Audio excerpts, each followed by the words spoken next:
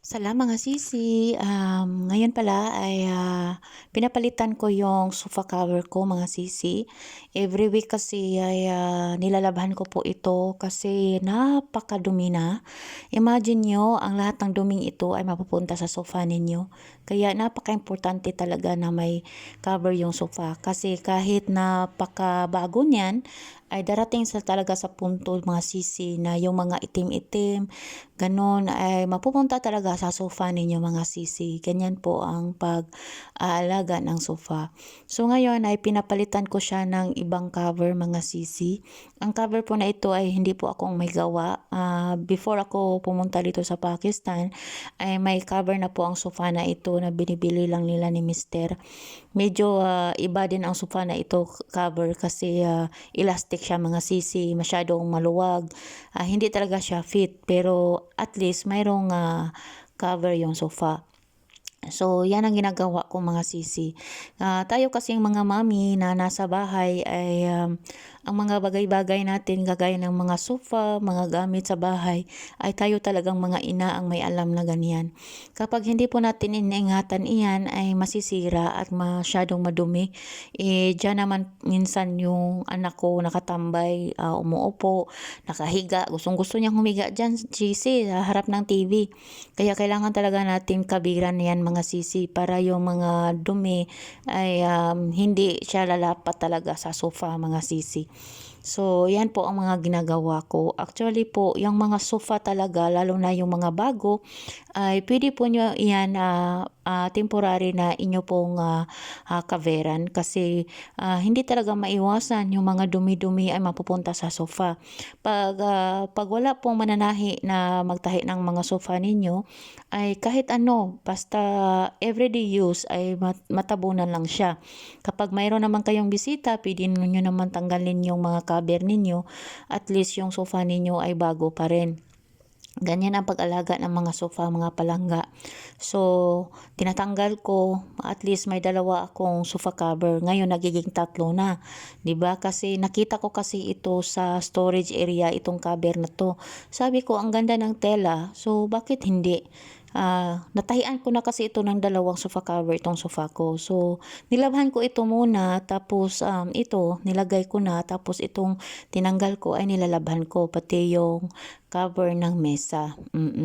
So, sabi ko sa anak ko ay ibigay niya sa akin yung isa. Kasi napakadumi na talaga, ang itim-itim na. Sabi ko sa kanya, bakit ganito? Ikaw lang naman ang humihiga dito sa sofa na to. Sabi niya, hindi daw niya alam. Sabi ko, kapag light talaga na color ang ilagay mo na sofa cover, makikita mo talaga yung dumi. So, maganda talaga kapag nakikita mo rin ang dumi para malabahan mo agad. Pero usually talaga sa pag gusto mong malinis yung mga gamit mo sa bahay, every week po talaga ay kailangan mo itong palitan para hindi ka ng mga dumi-dumi galing sa labas, yung napapawisan na. Kaya gano'n mga sisi. So, ito, hinihilot-hilot ko ito kasi masyadong maluwag.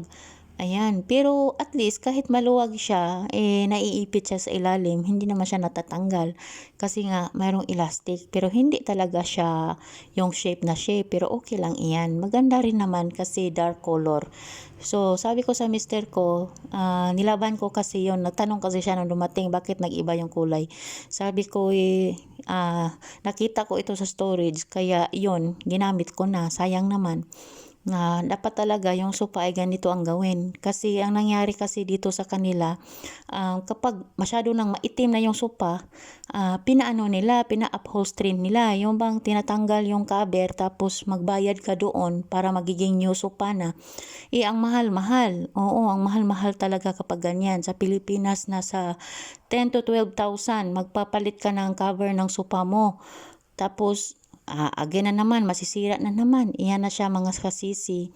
So, at least, kahit ganyan siya, at least malinis. O, diba? So, nakita ko rin yung aking bedsheet mga sisi. Ayan, mayroon pala mga tao sa labas mga sisi. Inayos nila yung harap. O, kasi hindi label. Oo, yun ang ginagawa nila. So, napansin ko kanina nung nagpalit ako ng bedsheet, yung bedsheet pala is na ano na mga sisi, nasira na. Mayroon siyang butas. So, sabi ko sa mister ko, kaya pala hindi na ito ginagamit. Nung umuwi ako ng Pilipinas, bagong tahi ko ito. Nung ginamit ko siya, nakita ko, mayroon na pala siyang butas. Sabi niya na ano daw ito, na, na ano sa ano ba, yung sa Bisaya is lansang, sa nails ba? Oo, kaya yan, nabitak kahit bago pa. Kaya inayos ko, tinatatapakan ko ito mga sisi. Kung ikaw ay nasa bahay nga nanay, hindi ka marunong magtahi ng makina, pwede mo naman siyang tapakan gamit ang iyong mga kamay. Kaya tayong mga nanay, napaka-importante yung mga butas-butas ay atin pong i-repair.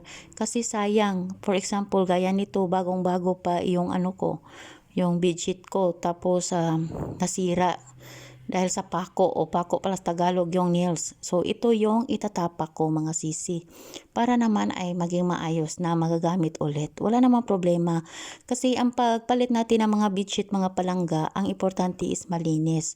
Kapag mayroon ka naman bisita, di ilabas mo yung pinaka kabungga-bunga mong bedsheet. Kasi pag nasa bahay talaga, nasanay na kasi ako na mag-keep ka ng mga set ng bedsheet, mga pillowcases, mga punda ba. Tapos yung mga blanket para kung may bisita ka, yun ang i-serve at ibigay mo mga sisi. So iyon, tinatapakan ko na siya. Sabi ni Mister, anong ginagawa mo? Sabi niya kanina. Sabi ko, para maano siya, maayos, tapakan natin para magamit pa. Kaysa naman gamitin ko, may butas, mas lalo siyang mabubutas. O, di ba? Kaya kayo mga nanay dyan, for example, nung nasa Pilipinas ako, yung uniform ng anak ko, nagkabutas-butas na yung yung mga sa crotch niya. Tapos, nung bumili siya ng bago is malaki. Nagbayad siya ng mahal doon sa mananahi. Sabi niya, ang mahal pala magpa-alteration dito. Hindi niya alam kasi nung ako na sa kanila, free lang mag-alteration. O di Assalamualaikum, kumusta po sa aking mga viewers? Miga shoutout sa inyo mga sisi. Kumusta po kayong lahat? Mag-story time tayo ngayon. Alam niyo po kasi, nag-decide talaga ako na mag-vlog ulit. Alam niyo ba na dati, para ma-monetize po yung YouTube channel, ay kailangan po talaga ng 1,000 subscriber. Kailangan din po ng 4,000 watch hour yung nanonood sa inyo. Dapat 4,000 talaga. Tapos, yun lang ang hinihingi ni Google AdSense dati. Oo, back 5 years ago. Kasi 5 years na kasi ako nag-YouTube. Tapos, ang dati kasi dalawa yung channel ko mga sisi. Yung isa ay yung nasa Abu Dhabi pa ako mga sisi. Nung unang channel ko ay hindi ko pa alam kung anong palakad sa YouTube, no? So, ang nangyari, mayroong nagpupursige sa akin na mag-YouTube. Tapos, naggrupo-grupo kami. Oo, naggrupo-grupo. Yun, naggrupo-grupo. Doon, ang iba namin kasama, nasa Dubai, nasa Paris, meron din sa Hong Kong. Tapos, mga OFW yung mga kagrupo ko. Madami talaga kami. Umaabot kami ng 20 plus. Oo, minsan 30. Yung iba kasi isa huminto, ganun ba? Tapos yung technique namin dati ay nag-watch to watch kami. Yung bang pinanood namin yung mga video, tapos mag-comment doon. Tapos pag nag-live ka, dapat ay nanonood ka din. May schedule. Tapos may admin din kasi may may group chat kami dati. So, nakakatawa lang kasi napansin ng asawa ko dati na 6 na gadget naka-on yan lahat. Oo, kasi nga pinanood ko yung playlist ng aking mga kagrupo dati. Yun, nag-success naman, na-monetize yung mga channel namin. Pero napansin ko, nung na-monetize na, yun na, nag-ano na naman kami, nag-usap na naman kami, dapat daw panoorin, tapos yung mga ano ba, yung mga palabas ay panoorin din, ganun. Tapos ang tawag doon dati is pindot-pindot ba? Pindutin mo yung pinapanood mo na palabas, yung bang advertise pa. Tapos mag-ano daw, magbakas. Oo, magbakas. Ngayon, ginagawa namin lahat. Nagtaka ako kasi bakit walang earnings kahit ang daming views. Walang earnings, tapos hindi talaga siya pasok sa algorithm. O sa YouTube kasi may algorithm, kahit sa Facebook mayroon din yan mga sisi. So ibig sabihin, hindi nagustuhan ni YouTube yung mga ginagawa namin. Malalaman kasi yan sa system eh. So, anong nangyari? Nawalan ako ng gana dati. Kaya yung isang YouTube channel ko ay pinabayaan ko siya. Tapos gumawa ako ng bago. Sabi ko sa sarili ko dati, sinabi ko dati ay kahit na may manood sa akin channel or what, 5 years ago nag-start talaga ako ng bago. Oo, nag-start ako ng bago. Mayroon akong isang video na nag-viral talaga. Tapos sumunod din yung isa, yung sa tahi ba. Ito po yung nag-viral ko na video. So, na-monetize po yung channel ko. Oo, na-monetize yung channel ko. Nung na-monetize yung channel ko, ay hindi na talaga ako sumali sa mga grupo-grupo, mga kasisi. Hindi na ako sumali. Yung mag-comment-comment, wala na. Wala na. Naranasan ko din yan sa isang channel ko dati na gusto mong sumali ng grupo, tapos yung hindi ka pinasali, yung ganun ba? So, napansin ko kasi sabi ko, bahala na kung anong mangyari, basta simulan ko tong channel na to na parang malinis ba? Malinis na paraan, upload lang, ganun, ganyan. So, nung nag-monetize na, nag-upload na ako ng mga video ko, pinabayaan ko na lang kung may nanood o hindi. Hanggang dumating ako dito sa Pakistan, ano lang sa akin yun that time, ang purpose ko lang is, kasi hindi ako makalabas ng bahay, di ba? Hindi katulad sa Pilipinas. Makalabas man kami, kasama yung asawa ko, wala akong friend na personally talaga, puro kami, community. So, nag-upload ako, alam siguro yan ng mga solid viewers ko, kung anong experience ko sa Pakistan, ganun, ginagawa kong diary. Yun bang, kung ano yung nararamdaman ko, sinasabi ko, kasi na-stress na ako that time eh. So, ang nangyari mga sisi is nag-boom siya. Oo, nag-boom talaga siya. So, hanggang dumating ako sa ng confession, ganun ba. Pero, napansin ko kasi noong nag-adapt na ako ng confession is marami nang nagbabago ba.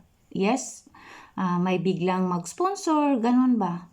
So, ang nirealize ko, napaka-grateful ko sa mga sponsor talaga dati, mga sisi. So, ang nirealize ko talaga na mahirap makig-deal sa ibang tao. Kapag nagiging vlogger ka kasi ay alam mo na kung anong mga circumstances na magaganap, mayroong mga basher. Kung mahina talaga yung loob mo, ma-depress ka talaga. Kaya marami po talaga ang mga vlogger, lalo na dito sa Pakistan, na humihinto talaga. Oo, yung hindi na makayanan yung yung pambabash. Hindi na makayanan, gusto ng peace of mind. Ganon ba? So, hininto ko talaga yung confession. Oo, dumating sa punto na may mga sponsor, 'di ba? May mga sponsor dati. Kapag may sponsor, ay finiflex ko talaga. Sinasabi ko yung amount. Minsan, sinasabi ko yung name nila. May mga sponsor kasi na ayaw nilang sabihin ang pangalan nila. Pero ang ginagamit ko is anonymous. Oo, anonymous family. Kasi mayroon po talaga sa lahat po ng mga Pilipina sa buong mundo, mayroon po talagang tao na mabait or gustong tumulong, masaya siyang nakikita kanya, magbibigay siya ng gift, ganun ba? Pero never po talaga akong nanghingi. Oo, never akong nanghingi. Ganun ba? Pero one time, mayroon akong isang sponsor. Minsan nahihiya tayong mag-unang magsabing kumusta kahit gustong-gusto mo na. Tapos mga sisi, dumating sa punto na mayroon akong isang mayroon akong isang sponsor na kahit gustong-gusto kong kamustuhin siya without any attention, mahiya kang mag-message, baka sabihin na nagpaparandam ka kasi gusto mong manghingi, hindi ganon. Kaya one time, nag-post ako na okay na ang sitwasyon ko kasi ayaw ko nang tumanggap ng sponsor. Oo, ayaw ko nang tumanggap na ganyan kasi na-lesson learn na rin ako ng ganyan. Oo, marami nang nangyayari ngayon, no. So, dati mayroong dalawang vlogger na yung sponsor ko, nag-trust talaga siya. Oo, alam kong siguro nanonood si ate ngayon, nasa UK, no. Sabi niya sa akin, Ruby, magpapadala siya sa isang vlogger dito sa Pakistan din ng 10,000 rupees. Tapos sa isang vlogger din, 10,000 rupees. 2 times talaga yon na nagbibigay si ate. So, kinukontak ko sila. Oo, kinukontak ko talaga, binigay ko ganon. Tapos sinabi ko talaga na kung pwede, binigay ko din yung resibo na dito sa video na sabi ko ito yung mga conversation na bigay ko na. Dapat talaga kapag isa kang vlogger may nagbigay sa'yo ng sponsor, ay i-flex mo talaga yung name or amount kung magkano yung nabigay para hindi magka-problema. Kung mayroong sponsor na ayaw i-flex yung name nila, kahit kabiran mo lang ng anonymous family. Kasi mayroon talagang ganyan. Oo, lesson learn ito sa ibang mga vlogger talaga. Kasi kagaya ngayon, nagkagulo na, no? Nagkagulo. Mayroong mga vlogger nagkagulo sa social media ngayon. Oo, kaya ganun talaga. Mahirap kapag isa kang vlogger. Lahat kasi ng ginagawa mo ay yun bang isang pagkakamali mo lang is wala na, ubos na. Kaya ang lang talaga, unless kung hindi ka na matatamaan ng hiya, yun, patuloy pa rin. Kaya talaga ako, nag-reach out ako sa mga iba kong sponsor na hindi na talaga ako tumatanggap ng mga sponsorship na ganyan kasi mahirap intindihin sa ibang tao ma-misinterpret ka, ganun ba? Naranasan iyan. Tapos, mayroon kasing nangyari sa isang sponsor ko. May isa akong sender dati. Kasi itong mga confession natin, alam yan ng mga sender na kino-confess natin kasi mga tao talaga, mga sisi, hindi natin alam, aside para sa atin, may ibang tao talaga na walang makausap, mga sisi. Lalo na mga OFW. Hindi natin ma-reflect sa sarili natin na mali na pala tayo, ganun ba? Kung ano na, so at least may masabihan ka ay masa-stop yung mga ginagawa mo. Mayroon kasing ganyan. So, ang nangyari, yung sponsor ko, mabait po talaga si ate. Okay, mabait siya, matanda na rin siya. Yung family niya is nagbibigay sila ng charity. So, hindi ko alam na nakipag-meet pala siya kasi hiningi niya sa akin yung messenger. So, binigay ko. So, ayun, nag-meet pala sila. Sinabi na niya sa akin mga few days na after silang nag-meet. So, ang nangyari mga kasisi, tinulungan niya kasi nga, nung confession na yon ay mahirap talaga ang kalagayan ng ating kabayan dito sa Pakistan. So, tinulungan ni ate. Nung tinulungan na niya, ay ayaw ko talagang makialam sa ganyan involved. Pero kapag nakipag-usap si ate sa akin, nakikinig ako. Nakikinig talaga ako. Nung una nga sinabi niya sa akin is tinanggap niya na na pamangkin daw niya. Saka na lang niya sinabi sa akin na hindi pala niya pamangkin nung nagka-problema na. So, yun, nagbigay ng sponsorship sa ate. Tinulungan niya. Tapos, bigla siyang nag-message sa akin na ilang beses na rin ba. Ilang beses. Hindi ko pa na-meet ang mga taong ito. Hindi ko na-meet. Pero, dumating kasi sa punto na parang naglukuhan na. Oo, naglukuhan na ba? na ginamit na siya, niloko na siya, ganun ba? Nagsabi na siya sa akin. Tapos pinakita na niya sa akin yung ibang mga resibo. Sabi sa kapatid daw, ganun, ganyan. Alam mo, dito sa Pakistan, mayroon talagang mga swapper, mga sisi. Yan bang pwede kang magpadala sa kanila. Oo. Magpadala ka ng pera sa kanila tapos makisuyo ka na ipadala sa Pilipinas. Okay? So, ang nangyari pala, wala talaga akong kaalam-alam anong nangyari nung binigay ni ate yung resibo. Nung nakita ko yung resibo, kilala ko kasi dati din nagpa-swap ako. So, yung dalawang tao na yun na nilapitan niya, yung resibo na nilapag, sabi ko kay ate na kilala ko yan. Yung dalawang tao na yan ay mga business yan dito ng mga Pilipina. Nagbi-business yan sila. So, yun, na ni ate na may something wrong talaga. So, kinontak ni ate yung dalawang swapper. Sabi niya, ano lang po kami, kapag may lumapit na magpasuyo, sinusuyo namin. Pero about sa personal na kung ano-ano man, hindi na kami nagtatanong. O syempre, business kasi iyan eh. So, nalaman ni ate na niloko na pala siya. So, talaga siya? Para siyang, nawalan siya ng tiwala, nasaktan siya kasi taos puso niya. So, nag-reach out si ate sa akin na sana ay ma-voice out ko ito. Kasi marami kasing katulad niya na nanonood ng mga videos tapos nag-sponsor, maloko, ganun ba? So, ilang beses na rin ako nagsabi sa kanya na dahan-dahan ang pagtulong. Oo, dahan-dahan ang pagtulong. Kaya after noon talaga, na-realize ko na ayaw ko na talagang tumanggap ng sponsorship. Lalo na kung may magpadala na sabihin, ibigay ganun. Kasi, mahirap. Mahirap ang ganyan. Kasi, imbis na wala kang ginagawang masama, ay nagiging masama ka na. Kaya, gusto ko na talaga ng parang peaceful ba? Peaceful na buhay. Kaya yon talaga, kapag may nagtatanong sa akin ng mga Pilipina, ay sinasagot ko na lang din through messenger. Alam ko naman lahat tayo ay nagkakamali. Pero pag nalaman natin na nagkakamali tayo, pwede naman natin itong i-correct at hihingi tayo ng tawad. Ganon talaga.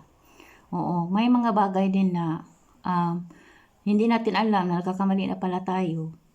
Ganon ba? So, ganon talaga. Minsan talaga ay lesson learned. Oo. Kaya, ina-announce ko talaga ngayon na hindi na ako tumatanggap ng sponsorship. Kung may magtatanong sa akin, kung kaya kong sugutin iyan, ay sasagutin ko po. Kasi nandito rin ako sa Pakistan, wala namang problema mga sisi. At gusto mga musta sa kanilang ganyan, i-direct ko na lang sila sa inyo. Ganon na lang po. Para po tahimik ang lahat. Marami talagang mga tao na mga mabuti ang puso.